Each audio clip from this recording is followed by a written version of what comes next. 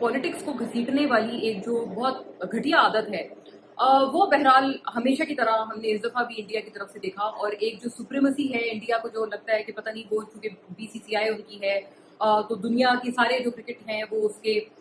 एक तरह से माई बाप बन गए हैं। ये जो एक बड़ा एक अजीब सा सुपीरियोरिटी कॉम्प्लेक्स है जो कि इंडिया को जिसकी इंडिया शिकार है, वो बदकिस्मती से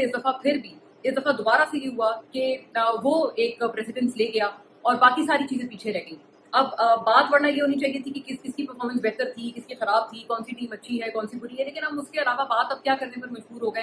कि पहला भी जो एशिया कप का जो टूर्नामेंट था जो पाकिस्तान इंडिया के बीच में हुआ, फर्स्ट एवर मैच में ही वो सूर्य कुमार यादव ने जो है वो अपनी फजूल हरकतें शुरू कर दी। क्या वो पूरी इंडियन जो टीम थी जीतने के बाद एक तो उन्होंने हैंडशेक नहीं किया, और ये बहुत एक छोटेपन का एक कॉम्प्लेक्स का एक डिस्प्ले था कि ऐसा लग रहा था कि इंडिया जो है वो जो जंग में जीत हारे हुए हैं वो हमसे, वो एक उनके सर पे शायद सवार था। पाकिस्तान से जंग की जो एक हार की एम्बेरसमेंट थी वो शायद उनके दिल में बहुत ज्यादा घर किए हुए थी, इसी वजह से उन्होंने हाथ नहीं मिलाया। वरना हाथ मिलाने में कौन सी बड़ी बात है, चाहे जो भी जिसके साथ खेल रहा हो, हाथ मिलाना एक दो जो कॉम्पिटेंट जो कंपेटिटिव टीम्स होती हैं आपस में एक हैंडशेक करती हैं, इसमें कोई ऐसी बात है नहीं, कोई आसमान नहीं टूट पड़ता। फिर उससे आगे जाकर उन्होंने वो जो सूर्य कुमार यादव है वो पॉलिटिक्स को घसीट के लाए और उन्होंने कहा कि ये जो जीत है मैं पहलगाम के विक्टिम्स के नाम करता हूँ और अपनी आर्म फोर्सेस के नाम करता हूँ। पहलगाम के विक्टिम्स को पहले आप इंसाफ तो दिला दें, इंसाफ तो आपने उनको दिलाया नहीं। कोई पता नहीं कि पहलगाम अटैक किसने किया था, कहाँ से हुआ था,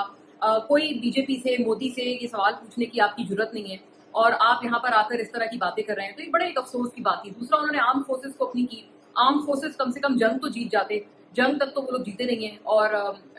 ये हालात आ गए हैं कि डोनाल्ड ट्रंप जो है वो वो फाइटर जेट की जो है वो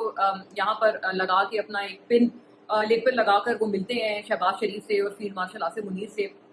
इतने बुरे दिन आ गए इंडिया के, तो उस आर्म फोर्सेस को आप जो है वो आप डेडिकेट कर रहे हैं अपनी जीत को, तो एक बड़ी स्टूपिड सी हरकत उन्होंने की।